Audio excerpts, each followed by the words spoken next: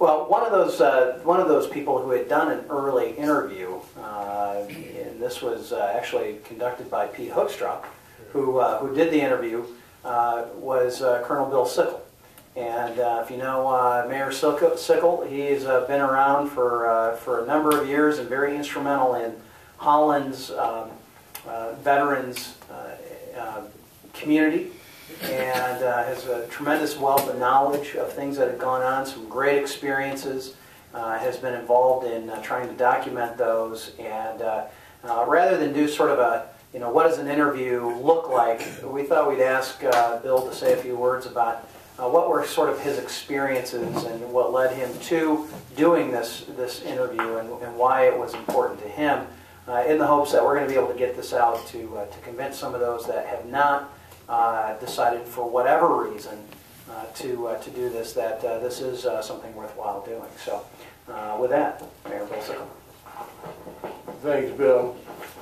Before I say anything, I want to be absolutely sure that all of you veterans understand that, in my judgment, everyone's important, because without the team you don't win a battle.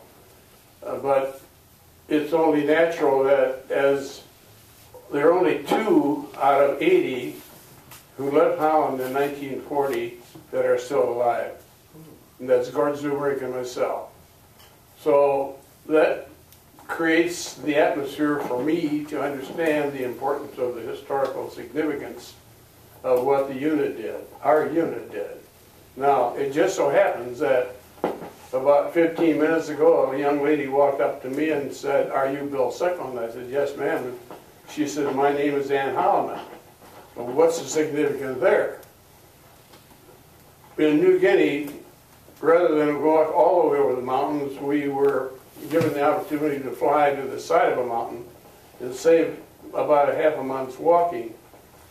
There were 2 airplanes available. One was Flying Dutchman, and one was Golden 8 Ball. I was a brand new lieutenant, and there had to be an officer on each airplane. So the chaplain from Grand Rapids and I flipped a coin, and he went on the Flying Dutchman, and I went on the Golden 8 Ball. Well, the Flying Dutchman, my platoon sergeant was Ed Holloman. That plane crashed about a half an hour after takeoff, and her dad, yes, your dad. You're thinking my dad was Warmenhoven? Okay, oh, Warmenhoven, okay, all right. Anyway, Ed Holloman walked for a month before he finally was rescued by some friendly natives.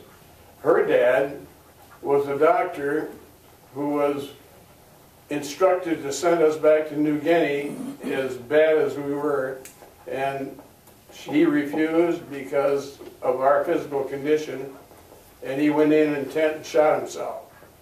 Now those are the kinds of stories you're not going to read as a general rule.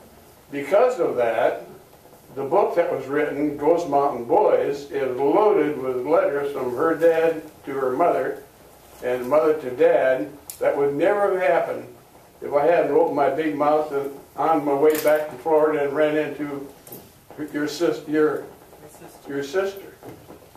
So that's the way history unfolds. Now, my experience with Congressman Hoekstra was something like this. I spent about 25 years on the Congressional Academy Selection Committee for military academies, so we had a good relationship. And one day he said to me, how would you like to be interviewed for the Library of Congress? And I said, fine. And now this is the point that I want to emphasize, because if you haven't had a lot of experience with getting a microphone or a camera lens in your face, you might not be thinking as clearly as you wish you had. So what I would suggest is that you make a list of things that were important to you. For example, I almost weekly have someone come up to me and say, "I wish my dad had told me this, I wish. So I would ask questions like, where was your dad? Well, he was in the Pacific. What unit was he in the Pacific? I don't have a clue. That's why this is so important. Get the information. I've got friends, and so have you, who were in the Battle of the Bulge. Specifically, that is something that should be documented for history. So when you look at the statue in the Memorial Cemetery, and you see the names of Civil War vets, there's a story behind every one.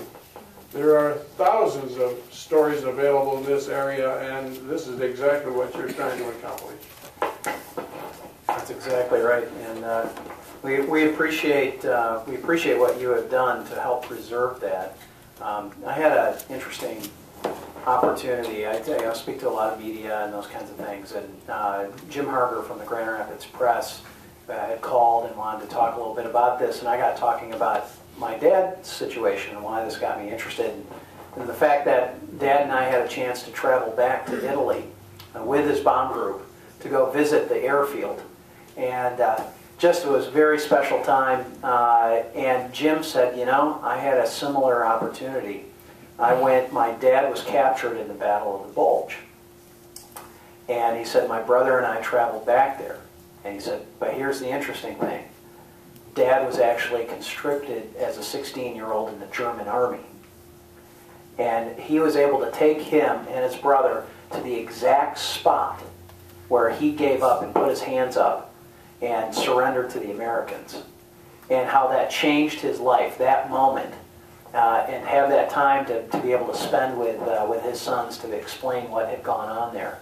That is the type of thing that we need to make sure. And whether it's the Battle of the Bulge, whether it's Incheon, whether it's Ho Chi Minh, whether it's Kabul or Baghdad, we've got to make sure that we have those stories that they're captured, that they're preserved, and we're thrilled that we could do this. So, do you want to talk a little bit about what the interview process is, or what?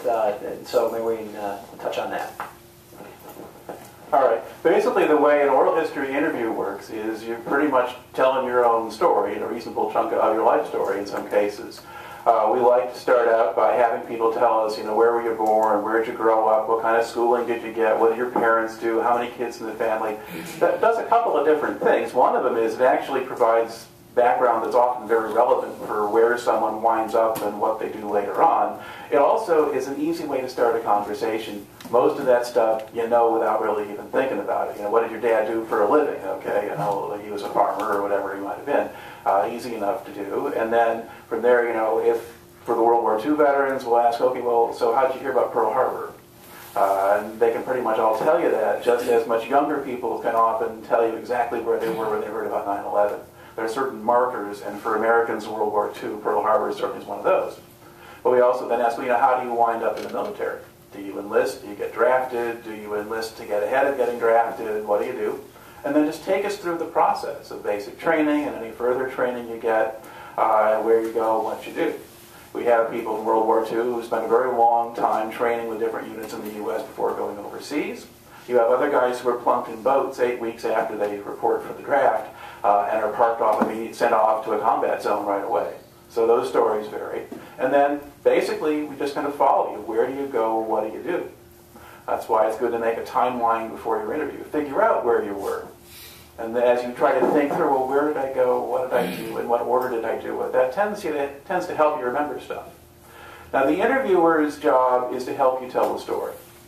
There are some people who just get up and they start talking, say people who were politicians or something like that. They can do that. And talk to an old Dutch farmer, though, really short answers a lot of the time, but the interviewers will kind of know pretty much what sorts of questions to ask and follow it through.